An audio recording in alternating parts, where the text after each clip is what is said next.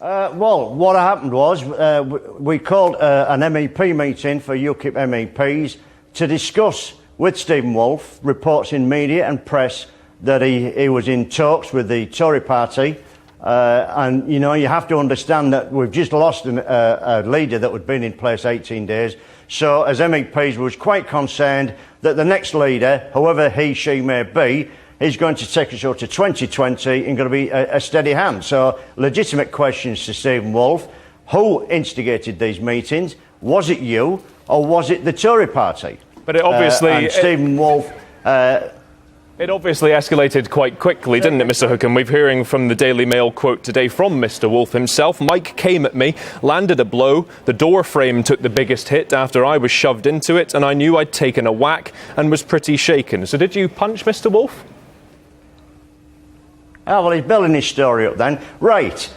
If you want the truth, I'll tell you the truth. Mr. Woolfe explained to the meeting his part in the last leadership election, where he stated that his paperwork had gone in and he had evidence of it, but it hadn't been accepted. I then said, no, Stephen, you had 20 days to get this in. The reason it never went in was your fault. Whereas Mr. Woolfe then stood up in front of the meeting, in front of witnesses, and said, right, if it's going to be this tone of the meeting, let me and you take this outside, mano il mano. And that was his words, mano il mano. He made for a small anteroom, taking his jacket off.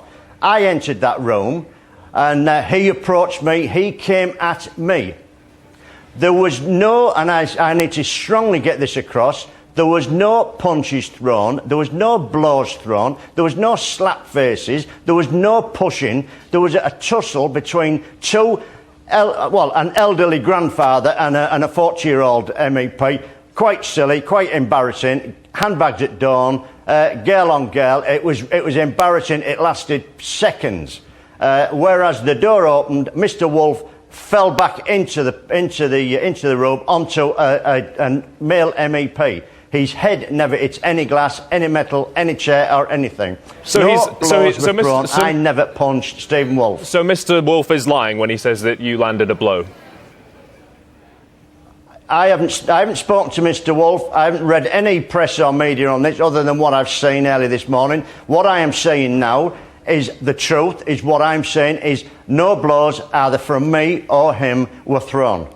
OK, I'm sure we will find out more because there is going to be an investigation. But the wider context of all of this is that in the papers today, we've seen quotes from people who have been within the party, sources within the party and from outside the party, saying that this is an aggressive party. Leanne Wood last night said it's a party full of thugs. You've been described in the Daily Mail today as someone you would have good reason to leave UKIP because of and join the Tories because he was that aggressive. If you cross him, you'd better watch out. Are you a violent man and is UKIP a violent party, Mr. Hookem? I'm quite sure that the media has gone right through my history. The party has done that. There is no record whatsoever of any violence. We as MEPs, as politicians, have heated debates. We stand our ground. This, unfortunately, got out of hand. I never instigated this incident. It wasn't me. Mr. Woolfe instigated it, not me. And as I say, and I'll say again, I never throw a punch. It doesn't do many favours to the view of Britain and specifically UKIP in terms of Europe. We've voted to leave the EU and there we are in corridors in Strasbourg having scuffles, altercations. This is an absolute embarrassment to both Britain and your party, isn't it? It's an embarrassment to me. It's an embarrassment to Stephen. It should not have happened. As I say, it was a heated debate that got out of hand, that Stephen wanted to take a little bit further. It wasn't me that instigated this. And what should happen now? If you say it's been a scuffle, you're saying that Mr. Woolfe has lied, that you didn't land a blow. Should you both be suspended? Should he be suspended for coming at you? An investigation, as I believe, will be taking place next week, one of which I am quite open and pleased to participate in. And both sides of the story will be put forward. Stephen has emailed me this morning saying he regrets the situation and wants to meet and shake hands. I've emailed him back and said, yes, I'm okay with that. We'll meet up, we'll shake hands, and hopefully we'll forget all about it.